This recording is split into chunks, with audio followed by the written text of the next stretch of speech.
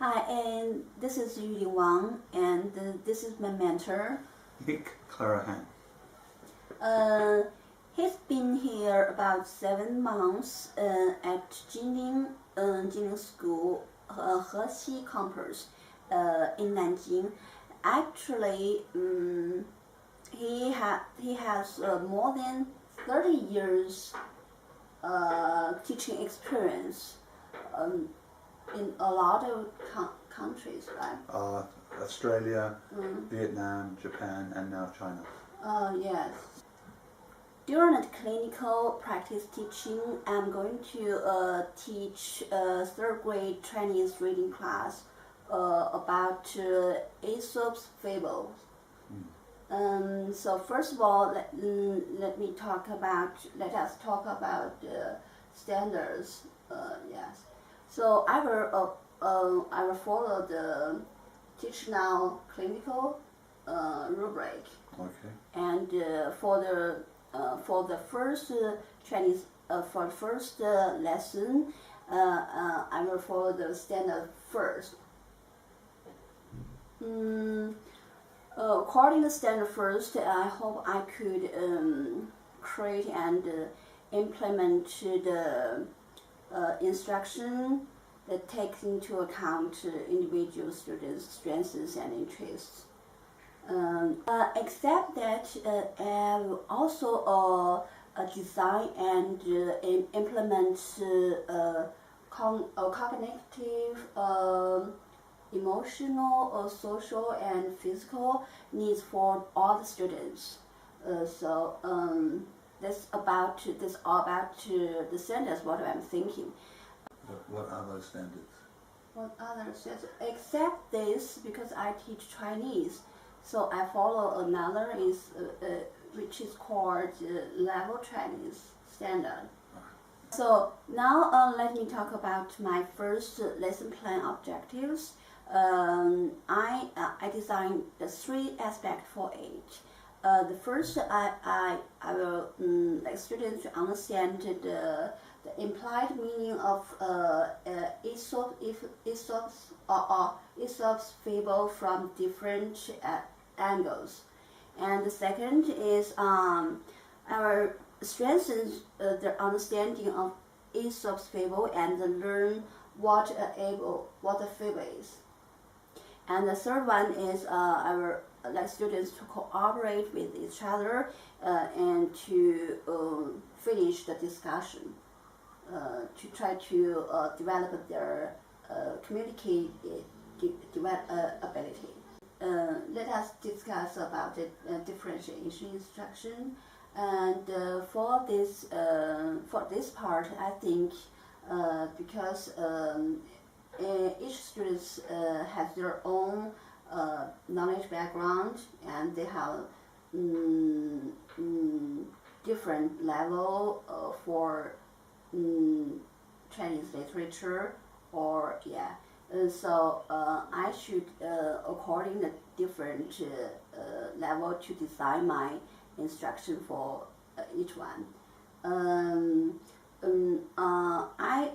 If I design differentiation learning tasks, I would like to take into account the learning preferences, interests, and readiness. I need to ensure that these features of differentiations go through my teaching and learning cycles and impact my planning and instructions. You have to plan for children that don't get it.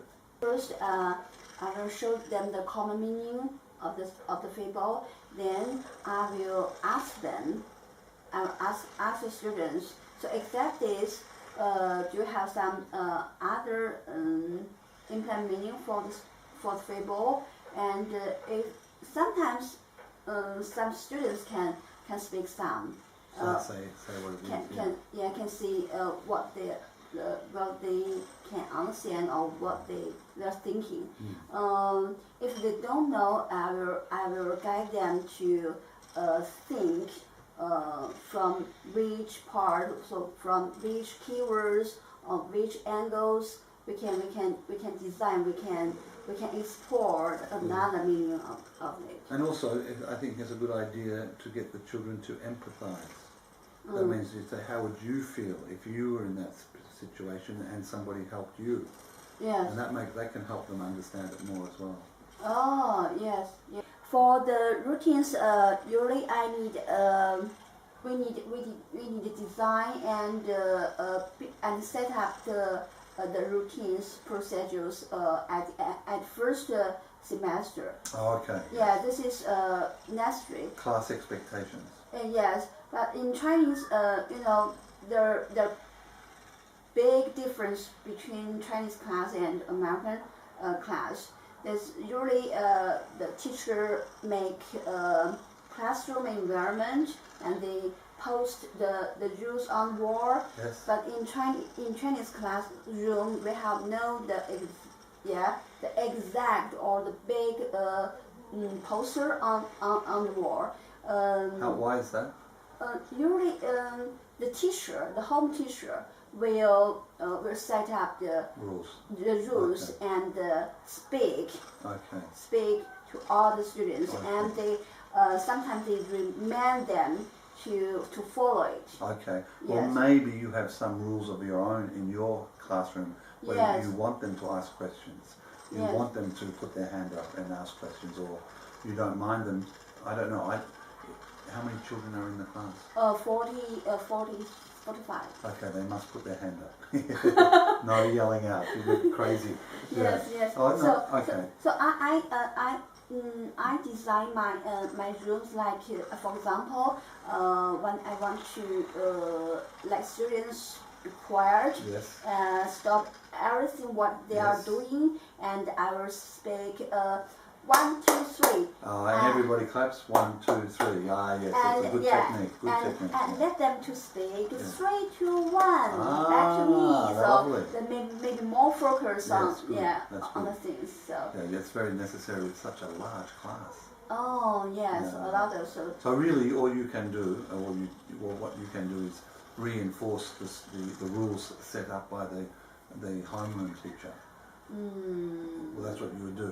You would follow her rules, wouldn't you? Would you make your own rules? Yes, this is Yeah. struggles. Yes, Oh, struggling things for me. Usually, I couldn't destroy, the rules No. of no, hers. no. I must follow. I think so too. Yes, yeah. I must follow her. Well, maybe you can negotiate with the homeroom teacher rules that you find have been effective as a result of your learning, and suggest to her that then she can modify her Yes. rules to suit your ideas as well. Maybe. Maybe. I try to discuss with her. Yeah. But But having I'm clear not sure. expectations of the students is very important. Very important. Yes, this is very important. But sometimes I'm worried, because too many students, and even I couldn't arrange the desks according to my mind. I understand. I do the same thing. In my Yeah. classroom, I like them to sit in a horseshoe. But Oh, I only have 10 students, so it's very manageable. oh yes. But they don't like that very much.